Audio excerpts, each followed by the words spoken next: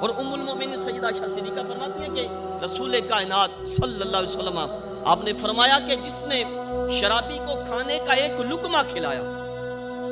تو اللہ اس لقمہ کھلانے والے کے جسم پہ سانپوں اور بچھوؤں کو مسلط کر دے گا،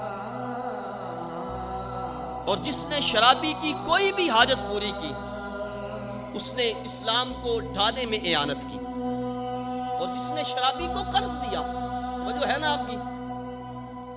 فری پیسے نہیں دیے، جس نے شرابی کو قرض دیا اس نے مسلمان کو قتل کرنے میں مدد کی۔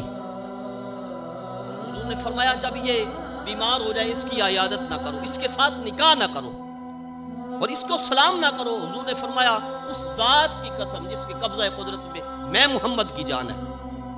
شراب وہی شخص پیتا ہے جو قرآن کریم کا بھی منکر ہے، جو تورات اور انجیل کا بھی منکر ہے، جو زبور کا بھی منکر ہے، اور تمام انبیاء پہ اللہ نے جو کچھ نازل فرمایا اس کا بھی منکر ہے۔ اور جس نے شراب کو حلال جانا اس سے اللہ بھی بری ہے اور میں بھی اسے بری ہوں۔